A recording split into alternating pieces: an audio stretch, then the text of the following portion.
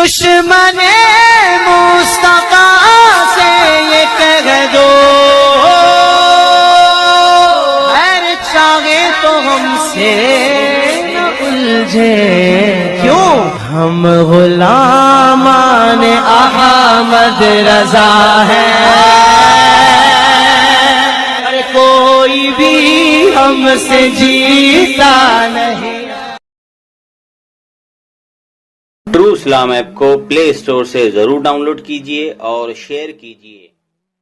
नहीं, असल में शुरुआत जो हुई थी ना हमारी, अच्छा आप बात करेंगे? हाँ भाई जी, मैं रफीक बोल रहा हूँ। ठीक है, ठीक है, जी जी हाँ। असल में हमारी अब्दुल्ला भाई जब बात हुई थी ना, तो अब्दुल्ला भाई ने सबसे पहले बात की थी अल्लाह फजल खैराबादी फतवा पर। अच्छा, तो उसके बाद फिर उन्होंने बाद में बात कही थी कि आपने क्यों छोड़ा बरेलियत को, तो मैंने बताया कि वजह क्या है छोड़ने की। अच्छा, क्या वजह थी? असल वजह जो है, जो असल, हाँ असल वजह ये थी कि जो फतवा है ना आला हजरत का हुसामुल हरमैन, तो हाँ तो मेरे नजदीक मोतबर नहीं होती। अच्छा, आपके नजदीक मोतबर नहीं है? जी जी। तो फिर उसके जवाब में फिर अल मुहन्नद क्यों लिखी गई थी? ये आपके किसके जवाब में? इस बात पर हुसामुल हरमैन के रद में अल मुहन्नद हाँ। क्यों लिखी गई थी अगर वो मोतबर नहीं है?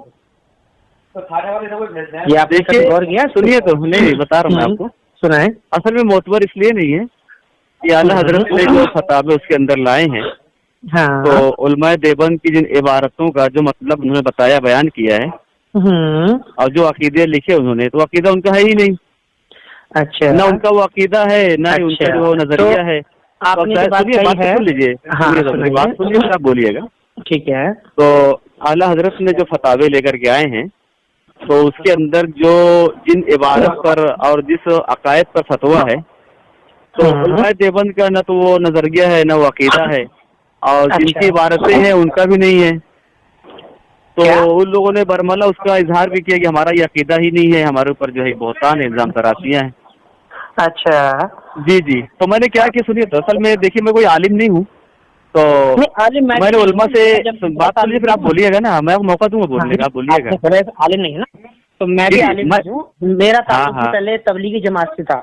अच्छा अच्छा, बस तो अच्छा अच्छा, तो अच्छा पहले आप तबलीगी जमात से थे, मतलब आप देवबंदी थे? हाँ, नहीं नहीं, देखो मैं ये नहीं कह रहा मैं देवबंदी था, बट ये है कि मेरा ताल्लुक उनसे था। पहले मुझे नहीं पता था कि सुनिए, तो जैसे मैंने आपसे कहा कि हाँ जैसे हमारा ताल्लुक पहले बरेली जमात से था, तो हमने उसको छोड़ दिया, जो कि सब जानते हैं इस बारे इस चीज को। हाँ जी। तो अभी आपने जैसे कहा कि आपका ताल्लुक तबलीगी जमात से था, बिल्कुल जी।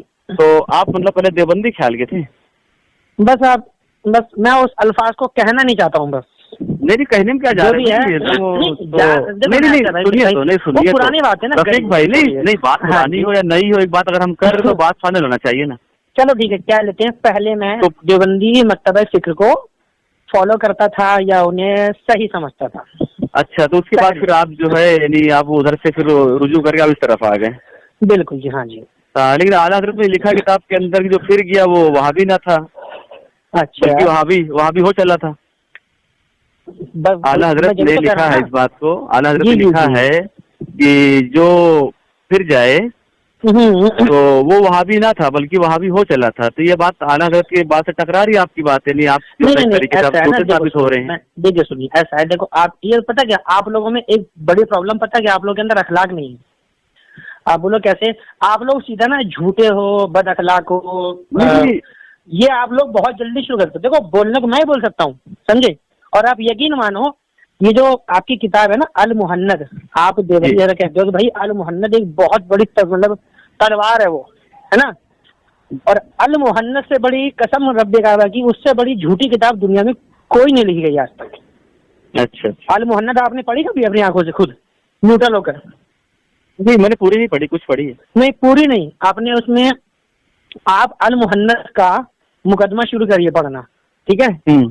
अल मुहन्नद के एक एक सवाल को तफसील से पढ़िए, अल मुहन्नद में क्या अकीदे लिखे हैं, ठीक है? सुनिए, तो अभी बात ये हमारी अल मुहन्नद से पहले हमारी बात ही नहीं है ना, पहले हमारी बात उन इबारतों पर है जिन पर फतवा है, क्योंकि अल मुहन्नद बाद में लिखी गई है।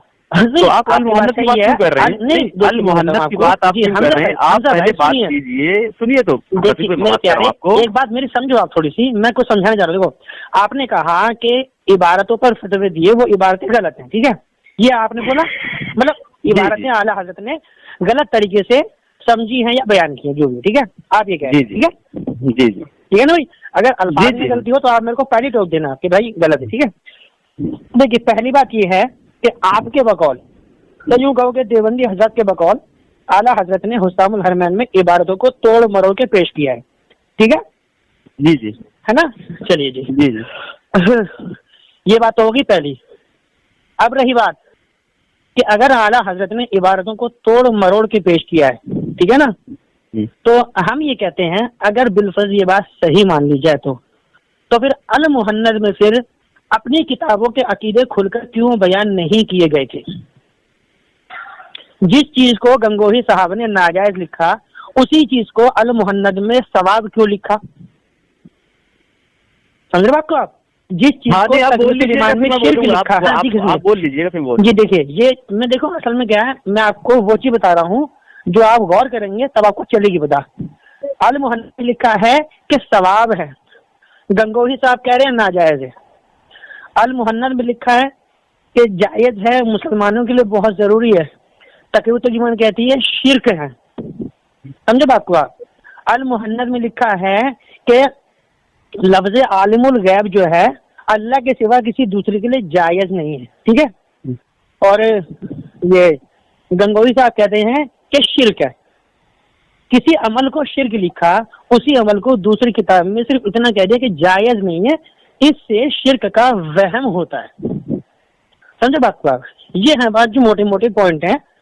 ये है कि आपने अल मुहन्नद पढ़ी नहीं है, मैं आपको एक मशवरा दूंगा, आप जाके पहले अल मुहन्नद पढ़ो अच्छे तरीके से, उसकी स्टडी करो अच्छे तरीके, समझे। जब उस पर बात करने में फिर जो है ना कुछ फायदा होगा। हो गई आपकी बात, समझे भाई। हाँ जी भाई जी जी हाँ। देखिए, मैं बोल रहा हूँ कि पहली बात तो हाँ। हमारे लिए जो जेर बहस अल मुहन्नद थी ही नहीं मेरे प्यारे, अल मुहन्नद अब आप कैसे बोल रहे हैं, अब मैं उनको बोलने दीजिए ना। चलो आप बोलो अपनी तो जेर बहस जो है अल मुहन्नद नहीं है, हमारे लिए जेर बहस जो है हुस्सामुल हरमैन है। हुस्सामुल हरमैन के अंदर जो इबारतें नकल की गई हैं, जिन पर फतावे हैं, तो वो बेआईनी नहीं, वो इबारतें उन किताबों के अंदर नहीं है, क्योंकि फतवा जो है फतवा उस किताब पर है, उस पे आला हजरत ने जो इबारतें लिख करके लेकर गए थे, तो जिस तरीके से उन्होंने समझाया था उनको, तो वो ना अकीदा उनका है उलमाए देवबंद का, और ना ही उनके नजरियात है, और ना ही उनकी किताब में लिखा हुआ है।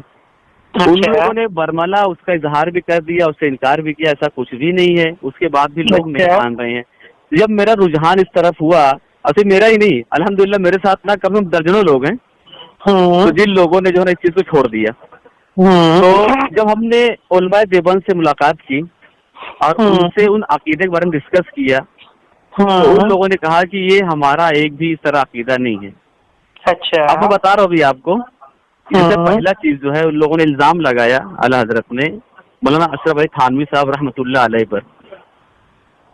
तो उन्होंने लगाया कि इनका ये कहना है कि जैसा इल्म जानवरों को होता है, माज अल्लाह सुम्मा माज अल्लाह, ऐसा इल्म जो है रसूल पाक सल्लल्लाहु अलैहि वसल्लम को है, जो कि ऐसा उन्होंने कहीं लिखा ही नहीं है, ऐसा कहीं लिखा हुआ नहीं है उन्हीं किताब के अंदर। मैं पूरी हिफ्जुल ईमान पढ़ डाला हूँ, कहीं लिखा हुआ नहीं है, ठीक है। और दूसरा चीज जो है उन्होंने जो इल्जाम लगाया है कासिम नानवी रहमतुल्लाह अलैह पर कि उसने खत्म नबूवत का इनकार किया, हालांकि वो खुद कह रहे हैं कि मेरा ईमान और अकीदा है। और तीसरा जो इल्जाम लगाया उन्होंने बराहीन कातिया पर कि जो है खलील अम्बेठवी ने जो है अल्लाह रसूल के इल्म को जो है शैतान के इल्म से कम जाना है, तो हालांकि ऐसा कुछ भी नहीं है।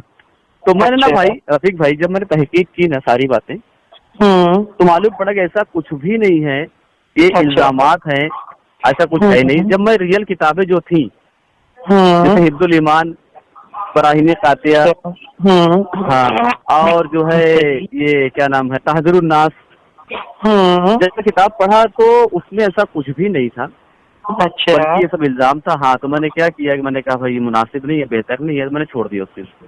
अच्छा, हाँ, अब आप क्या समझाना चाह रहे, आप समझाएं। जी देखें, हाँ हमजा भाई देखें, असल में मसला क्या, देखिए आपने ये तमाम किताबें खुद पढ़ी हैं? जी जी हाँ, पढ़ी मैंने। बराहीन कातिया खुद पढ़ी आपने? जी जी पढ़ी मैंने। तो बराही ने रखी हमारे पास लाइब्रेरी में। हाँ, रखी मेरे पास भी है, और मैंने तो ये सारी किताबें लाके खुद अपने पास रखी हैं घर में। जी जी, समझे जी। तो अब देखिए, बराहीन कातिया पर जो है ना, अच्छा हाँ, एक बात मैं आपको यहाँ पर एक जरूरी बात आपको अर्ज कर दूं कि जिससे कि मतलब आपको ये कहने का मौका नहीं मिलेगा कि आला हजरत ने फतवा दिया है, क्योंकि इसमें एक जो वो होता है ना मसला है कि लोगों को जो है ध्यान भटकाने के लिए एक ये होता है कि सिर्फ आला हजरत ने फतवा दिया है, कि आला हजरत ने इबारतों का मतलब निकाला है, ये निकाला वो निकाला बोल रहे। तो देखिए, हिफ्जुल ईमान की इबारत पर, तहज़ीरुन नास की इबारत पर, और जितनी भी ये किताबें हैं ना, इन किताबों की इबारत पर फी जमाना के सऊदी अरब के जो उलमा हैं उन्होंने भी कुफ्र के फतवे दिए हैं। समझे? गैर मुकल्लिद मौलवी जुबैर अली ज़ई को जानते हैं, नाम सुना है आपने? जी जी हाँ, नाम सुना। जुबैर अली ज़ई ने भी हिफ्जुल ईमान की किताब का रद्द किया है। अब आप बोलेंगे जुबैर अली ज़ई ने भी गलत करा है, और सऊदी के उलमा ने जो कुफ्र के फतवे दिए हैं तबलीगी जमात के उन अकायद पर, तो आप बोलेंगे भाई उन्होंने भी गलत फतवे दिए हैं।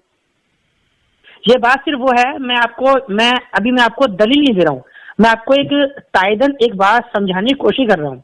दलीलों का देखो मामला जब आएगा जब आप इन किताबों को खुद पढ़ोगे, जब तक आप अच्छे तरीके से, जब तक दलीलों का देना कोई फायदा, जब भी आपको दलीलें देने से फायदा होगा, वरना कोई फायदा नहीं होगा। अब आप कह रहे हैं कि हिफ्जुल ईमान आपने पूरी पढ़ी, ठीक है ना? जी पूरी पढ़ी, ठीक है ना? देखो जी, हिफ्जुल ईमान जो किताब है ना, इसमें जो इबारत लिखी है, अब देखिएगा इबारत में जो लफ्ज हैं, जो अल्फाज हैं, जो नया वाला एडिशन है ना, इसके अंदर पेज नंबर 15 है, ठीक है ना? हाँ बोलिए। अच्छा, एक बार हमसे भाई आप मेरे को बता दीजिएगा कि मान लीजिए आपने अगर चोरी नहीं करी, ठीक है, तो आपके वकील को आपके अल्फाज बदल कर पेश करने की हाजत क्यों पड़ी? आप कह रहे हैं कि रफी भाई मैंने चोरी नहीं करी, मैं फला जगह गया था, मैं फला जगह बैठा घूमा, वहां पर मैंने खाना खाया, वहां पर मैंने ये करा ये करा ये करा ये करा ये करा और मैं चला आया। लेकिन आपका वकील कह रहा है कि हमजा भाई ये वाले अल्फाज वहां पर मत बोलना, अगर बोलोगे तो पकड़े जाओगे।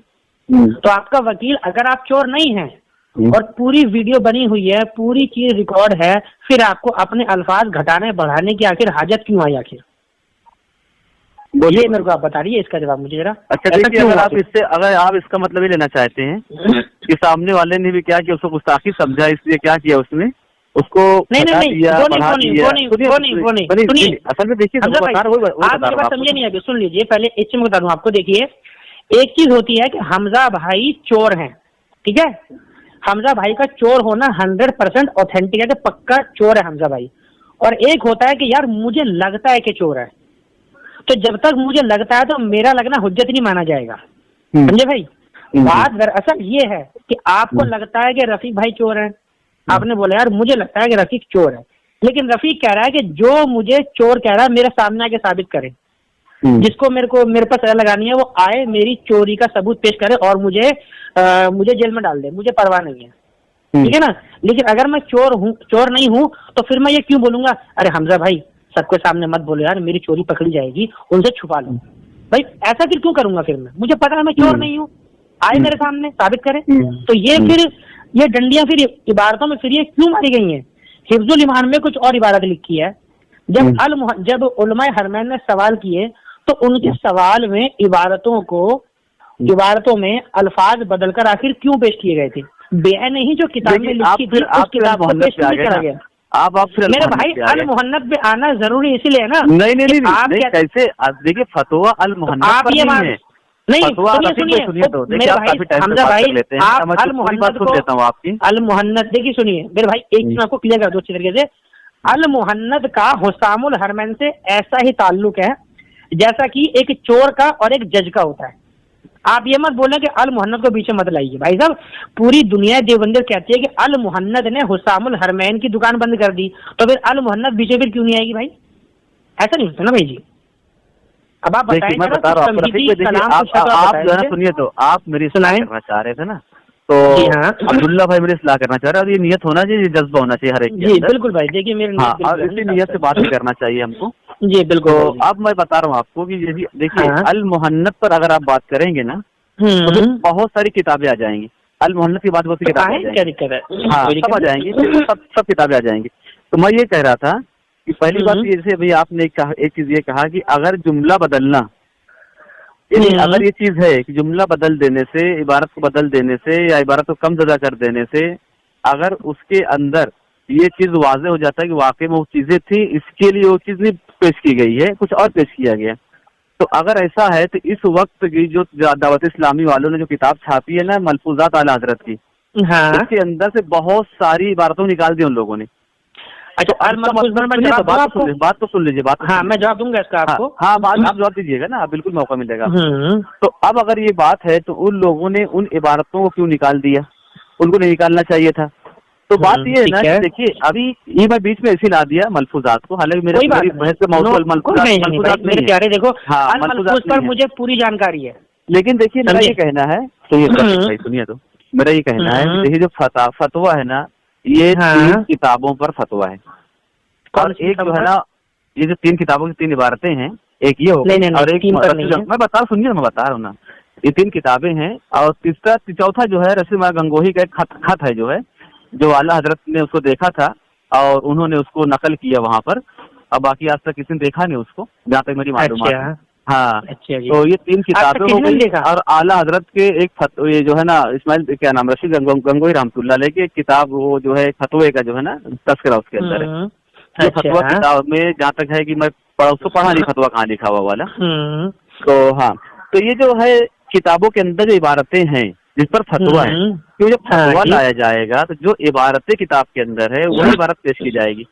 अब मैं बता, देखो अभी मैं बैठा हूँ, मेरे पास किताबें एक भी नहीं है। अब मोबाइल में ना इतना माहिर भी नहीं हूँ, मोबाइल खोल के आपको किताबें देख, कोई दिक्कत नहीं, कोई दिक्कत नहीं। आपके पास तो मतलब आपके पास जो किताबें हैं वो सारी नए एडिशन की है या पुराने एडिशन है?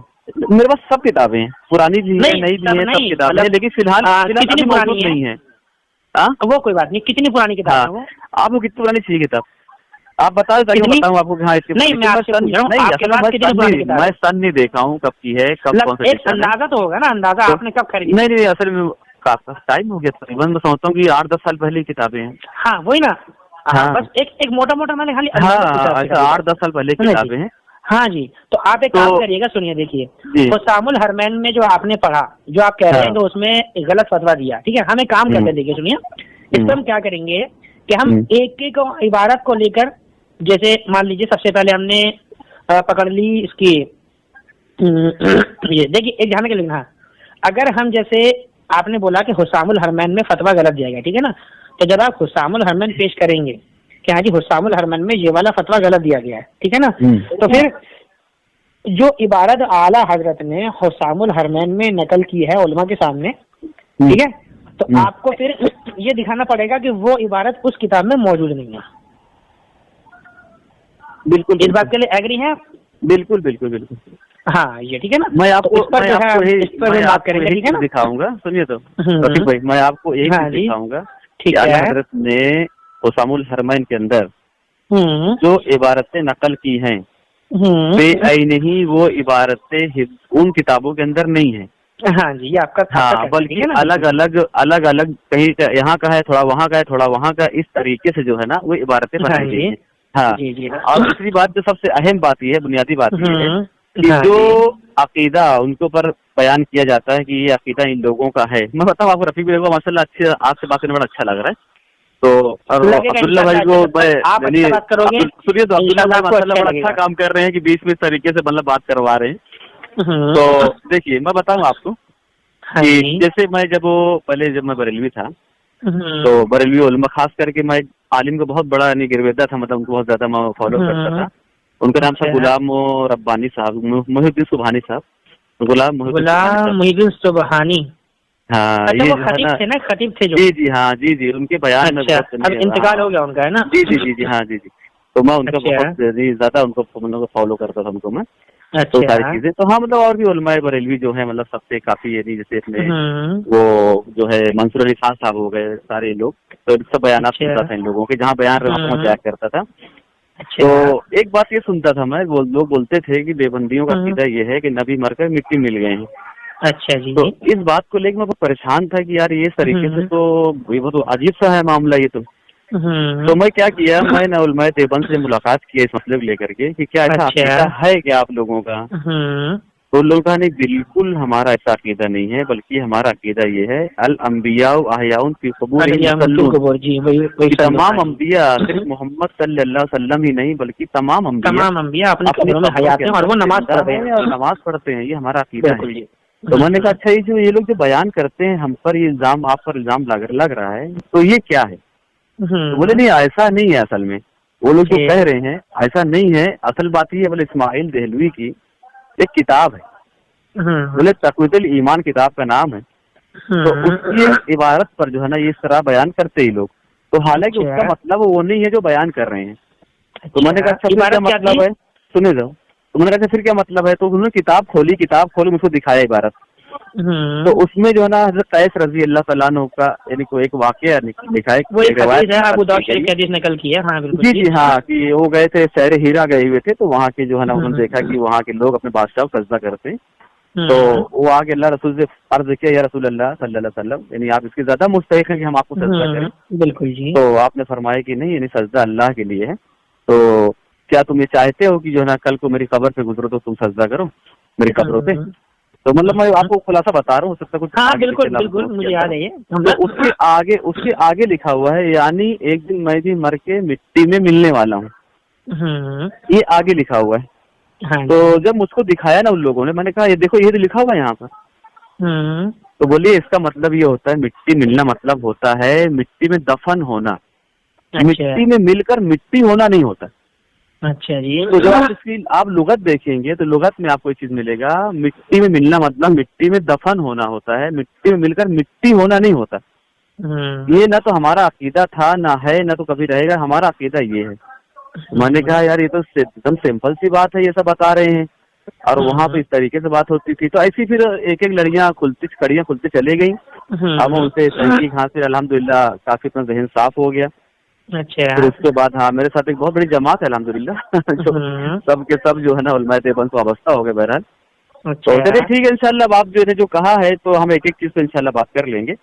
तो ठीक है, अगर आप इसको कुछ बात करना चाहते हैं। मेरे भाई एक चीज आपसे मेरी आपसे गुजारिश है जी, कि देखो पहले ना, सबसे पहले तो आप जो है ना अल मुहन्नद को आप एक बार पढ़ो जरूर। अच्छा। देखो अल मुहन्नद जो है ना, देखिए मैं ये नहीं कह रहा कि आप अल मुहन्नद को इसलिए पढ़ो कि उसमें देवबंदी लोगों ने अपने अकायद का दिफा किया है, समझे, है ना। अच्छा एक बात, छोटी सी बात है ना, मुझे आप ईमानदार से, औलिया किराम की कब्रों पर जाकर उनसे फैज हासिल करना, ये किन की पहचान है, बरेलवियों की या देवबंदियों की? ये तो दोनों की है। दोनों की है। अच्छा लेकिन दोनों की है ना। देखिए सुनिए, वैसे तो और देखिए मज़ार पर जाने के ताल्लुक से उलमाए देवबंद ने खूब जो है मतलब एक फैक्ट्री खोल दी थी, पूरी शिर्क थी, ये शिर्क है, ये शिर्क है, धनाधन शिर्क ही शिर्क। और आज पूरी दुनिया के अंदर जो है सोशल मीडिया की दुनिया उठाकर देख लो, यूट्यूब उठाकर देख लो, व्हाट्सएप उठाकर देख लो, जहाँ कोई बेचारा मज़ार पर पहुंच गया, मुशरिक कब्र पुजारी ये करते हैं लोग, है ना। और अल मुहन्नद में जब सवाल हुआ जी कि जी तुम जो है बुजुर्गाने जिनकी कब्रों के फैज के बारे में क्या तुम्हारा नजरिया है, तो उन्होंने साहब बोल दिया भाई हम तो बुजुर्गों के फैज की कब्रों से फैज पाने के कायल हैं। और इस पर आपने सुना होगा अभी जल्दी में ही जो है मुफ्ती तकी उस्मानी है, पाकिस्तान के बहुत बड़े आलिम है, शेखुल हदीस, उनका भी इस पर बयान आया है कि भाई बुजुर्गों का जो फैज होता है वो मरने के बाद बढ़ जाता है। जी ये उनका बयान है। और वो देखो कोई छोटी मोटी हस्ती नहीं है, वो बहुत बड़े शेखुल हदीस है। मैं देखिए मैंने तो पहले उसका हाँ कर दिया, मैं उसका इनकार नहीं किया ना मैंने उसका। अच्छा उसकी मालूम उसकी वजह क्या बताऊँ आपको मैं? जी हाँ, उसकी वजह देखिए जो अवामुन नास का मामला होता है ना, अवामुन नास का मामला, तो उनका मामला अलग होता है। अभी मैं बताऊं कि मैं जहाँ जिस एरिया में रहता हूँ वहाँ पे कब्रिस्तान है, मैं जहाँ रहता हूँ मेरे इलाके के अंदर, अभी फिलहाल तो मैं शहर में भिवंडी आया हुआ हूँ। अच्छा तो असल मेरा आबाई वतन प्रतापगढ़। जी हाँ, असल मेरा आबाई वतन प्रतापगढ़ है। यूपी में? जी हाँ, अभी मुझको आए तकरीबन 30 दिन हुआ, यानी समझ लो कि मैं 29 तारीख में यहाँ पे आया हूँ।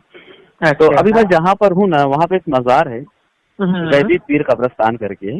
अच्छा। तो वहाँ पे मैं जाकर देखता हूँ ना, तो वहाँ पे बहुत सारे लोग आते हैं, बहुत से मस्तूरात हैं, बहुत से आदमी लोग हैं जो जाके कब्रों को सजदा करते रहते हैं। हाँ करते रहते वो लोग, मैं देखता हूँ जाके बाकायदा, मैं कब्रिस्तान कोई जाता बात हूँ नहीं, वहीं। मैं उसका मना सुनिए नहीं कर रहा हूँ, लोग करते होंगे।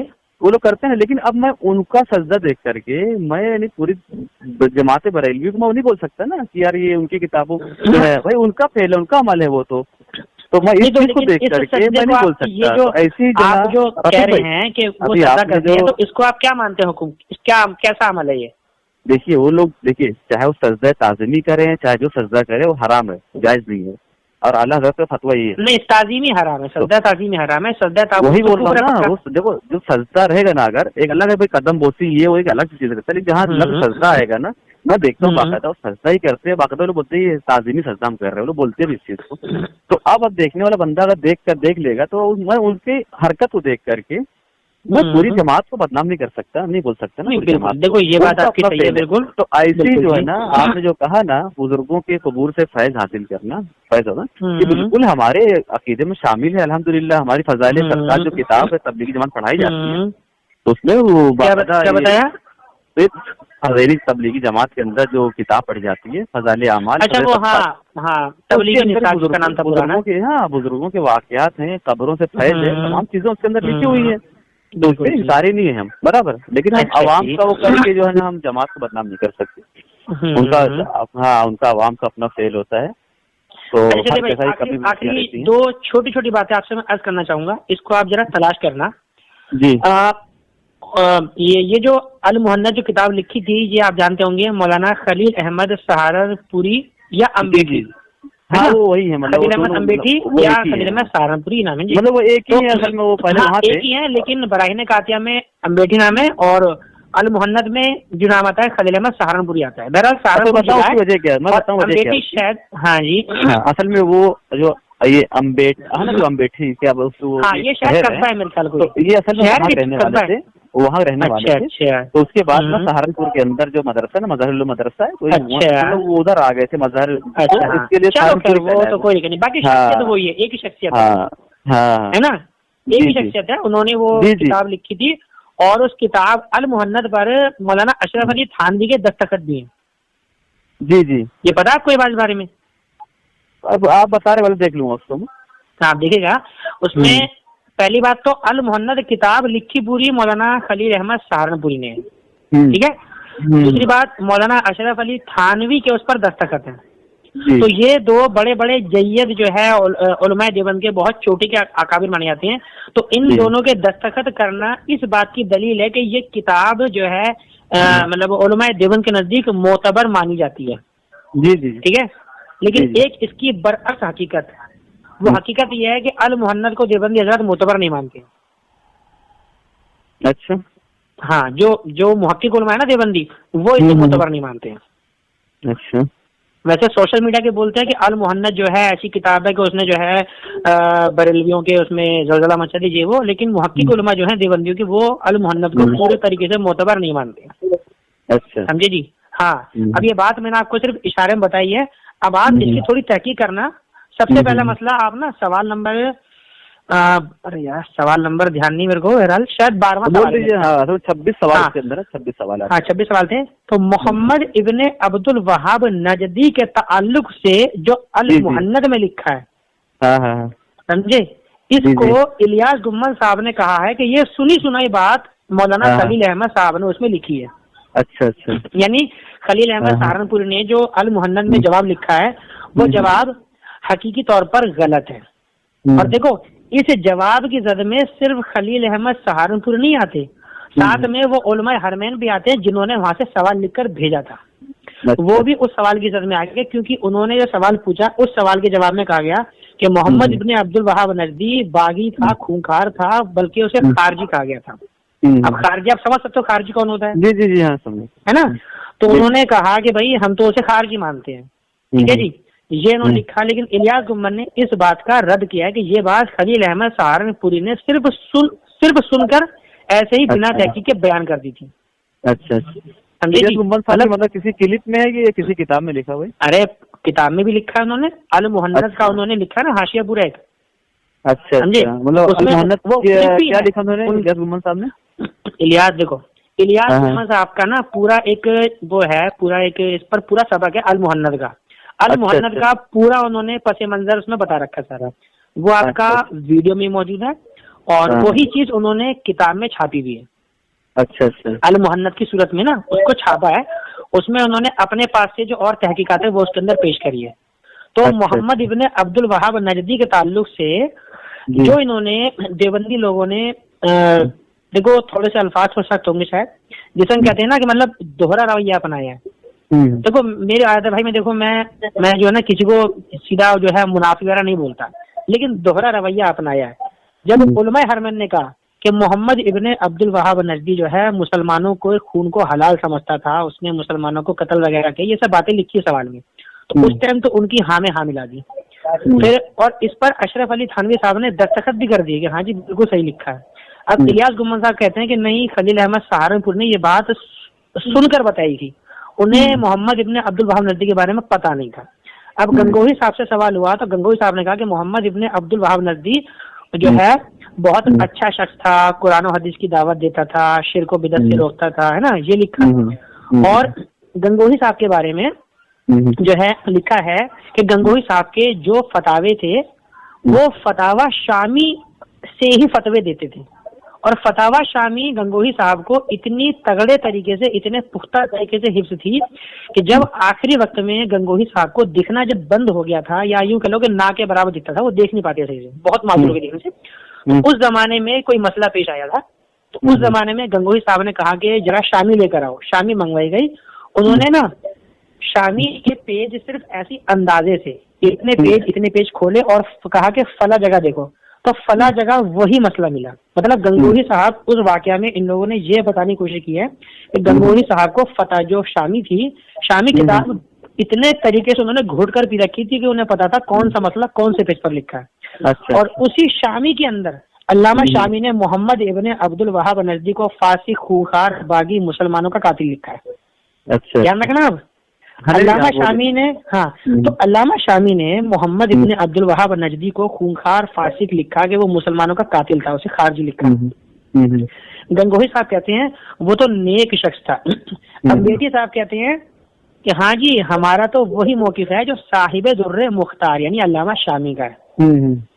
आईना सदाकत में इनके प्रोफेसर थे रूही नाम से, उन्होंने जो है रद्द किया हमारा रद्द करते हुए उन्होंने आईना सदाकत में लिखा कि अल्लामा शामी, ध्यान रखना, अल्लामा शामी कोई बरेलवी नहीं है, आप ये मत सोचना कि वो कोई बाल के बुजुर्ग हैं, वो बहुत पुराने बुजुर्ग हैं। जी जी हाँ है ना। जी जी। आईना सदाकत में उन्होंने अल्लामा शामी तक पे ये इल्जाम लगाया कि अल्लामा शामी ने, अल्लामा भी नहीं, शामी ने, सिर्फ खाली शामी ने पैसों के लालच में, सिक्कों के लालच में नजदियों को दिल खोलकर बदनाम किया। ये सिर्फ एक सवाल है कि मोहम्मद इब्ने अब्दुल वहाब नजदी का, जिस पर इनके अलग अलग इतने सारे स्टैंडर्ड नजर आए। इसके बरअक्स अश-शहाबु साकिब, आपको पता है किसने लिखी थी? ये गालिबन मंजूर नुमानी की ना? नहीं, हुसैन मदनी की। हुसैन मदनी वो नंगे असलाफ उनका लकब था, वो खुद को लिखते हैं नंगे असलाफ, उनके मकतूबात है ना, उनमें लिखा है, हर खजीरा में लिखा है नंगे असलाफ। तो उन्होंने अश-शहाबु साकिब में भी यही लिखा था कि मोहम्मद इब्ने अब्दुल वहाब नजदी था, ये खूंखार था, फासिक था, मुसलमानों का कातिल वगैरह, यही सब बातें अश-शहाबु साकिब में भी हुसैन मदनी ने लिखी है। समझे? अब आप इस एक सवाल से ये मैंने सिर्फ तमहीदन आपको सिर्फ एक सवाल पेश किया है कि इससे आपको अंदाजा हो जाएगा कि इनके जो जवाब होते हैं ना, वो जवाब इस बिना पर होते हैं कि सामने वाले को हमने राजी करना है या नाराज करना है। अगर उसको राजी करना है, उससे हाजत है तो राजी करेंगे, और अगर उससे नाराजगी है, उसे नाराज करना है तो उसके खिलाफ जवाब देंगे। ये सिर्फ एक सवाल है। अभी बाकी अल मुहन्नद में और हुसामुल हरमैन पर जो उन लोगों ने जो गेम खेली है ना, हुसामुल हरमैन को बदनाम किया कि हुसामुल हरमैन में झूठ लिखा है, ये लिखा है, इंशाल्लाह इसकी भी पोल खुलेगी, लेकिन जब तक आप न्यूट्रल होकर तहकीक नहीं करोगे। आप देखो, मैंने भी शुरू में ना जब मैं व्हाट्सएप पे दुनिया में आया था तो मुझे भी लोगों ने भेजा कि देखो हुसामुल हरमैन में झूठ लिखा है कि थानवी साहब का तो अकीदा ही नहीं है। तो मैंने कहा ठीक है भाई, चलो हो सकता है। देखो उस टाइम मेरी नियत ये थी, मुझे सच जानना है बस, चाहे सच कहीं भी हो, चाहे वो बरेली में हो चाहे देवबंद में, मुझे सच से मतलब है। तो मैंने जब हुसामुल हरमैन की जो चंद दीवार थी वो पढ़ी, उनको देखा, फिर हमने किताब चेक करी, फिर हमने अल मुहन्नद चेक करी। तो अल मुहन्नद में जो सफाई दी गई है उन इबारतों की, वो एक अलग ही है पूरी, मतलब वो पूरी किताब से एकदम अलग है, एकदम बिल्कुल, उसका कोई वास्ता ही नहीं है भाई साहब। ये समझ लो कि अगर मैं कहूँ एक भाषा में कि एक तरफ अल मुहन्नद है और एक तरफ हिफ्जुल ईमान, बराहीन कातिया, तकवीतुल ईमान, सिरात मुस्तकीम, ये सारी किताबें हैं, तो आपको जो है इनमें से एक को चुनना है, या तो अल मुहन्नद में आग लगा दो या तो इन सारी में आग लगा दो। दोनों किताबें उलमाए देवबंद अपने गिरबान, अपने सीने से नहीं लगा सकते हैं। अल मुहन्नद किताब ऐसी है कि इस किताब को देवबंदियों ने मार्केट में भेजना बंद कर दिया है, अंदाजा लगा लो।